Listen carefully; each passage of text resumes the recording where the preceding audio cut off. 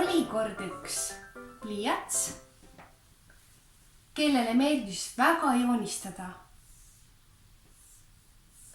Küll ta tegi lainelisi jooni ja siis ta joonistas vahel ka südameid. Siis ta joonistas hästi sirgeid jooni. Talle meeldis teha tumedaid laike.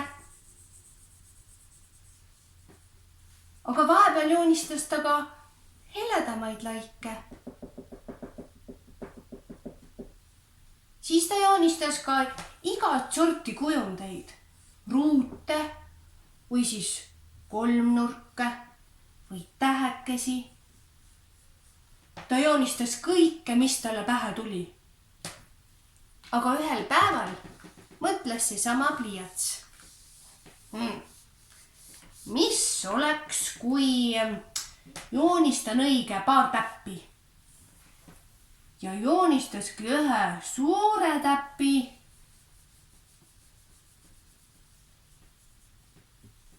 Ja ühe väiksemat sorti täppi. Sina, suur täpp. Sina võid olla täppi ema.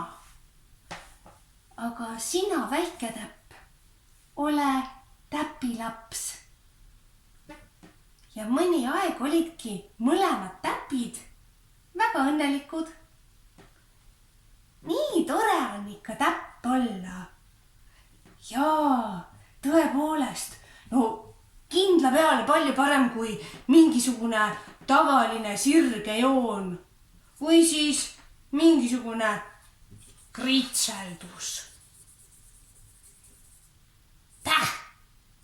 Teie siin olete mingisugused tavalised täpid. Ja olge parem vapka ja käituge viisakalt. Ja no tõepoolest, natuke aega suutsid need täpid olla üsna vakkaja ja käituda viisakalt. Aga siis ühel päeval ütles suur täpp väikesele täpile. Kuule, väike täpp, mul on selline tunne, et mina tahaksin minna mängima. Mis asja, ütles väike täpp vastu.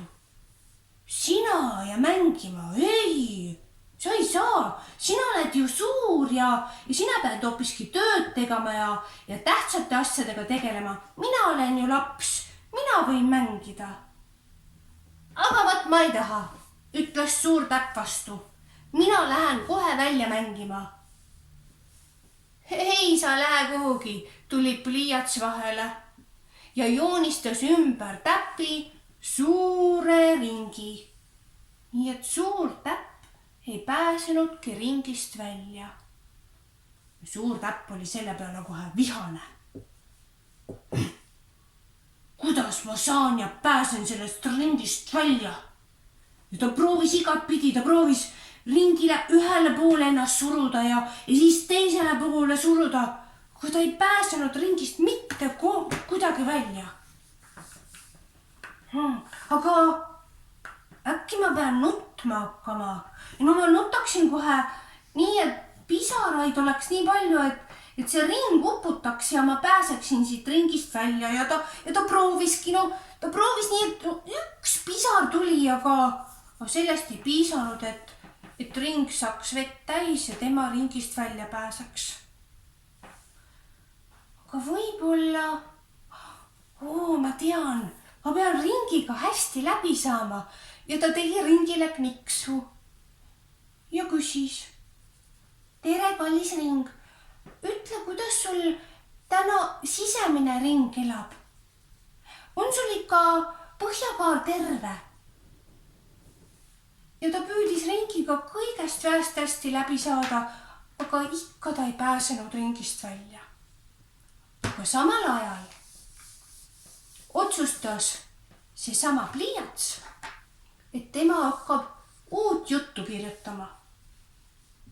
Ta mõtles välja, et iga lugu algab ju sõnadega elas, kord, ilus, oota, aga peale on vaja ju täppi. Kuule, väike täpp, tule õige ja hüppa siia I peale, siis on minu jutt väga ilus. Ja väike täpp hea meelega hüppas hops kohe I peale. Elas kord ilus, täpp. Ja pliiats muudkui kirjutas ja üsna pika loo kirjutas kokku, aga loo lõppu oli vaja panna ilus ja rasvane punkt. Aga kui pliiats hakkas lugu lõpetama ja punkti loo lõppu kirjutama, läks äkki kraksti tema süsi katki. Oi, ütles pliiats. Ma ei saagi nüüd oma lugu lõpetada ju, kui mul pliiatsi süsi siin katki on. Sellest pole midagi, hüüdis suur täpp ringi seest. Ta oli ju ikka veel seal kinni. Kui sa laseksid mind siit ringist välja, siis ma tuleksin hea meelega sinu loo lõppu suureks ja ilusaks punktiks. Aga kuidas ma sind siit välja lasen? Pole hullu, hüüdis kustutaja. Ma teen ringile väikese ava sisse, nii et suur täpp mahub ilusti siit välja veerema. Küll see oli hea mõte. Tõepoolest, täpp veereski ringist välja, ilusti pliiatsi loo lõppu ja läks sinna suureks ja kenaks punktiks. Ja see ongi nüüd loo lõpp. Ilus suur punkt selle loo lõppu. Punkt.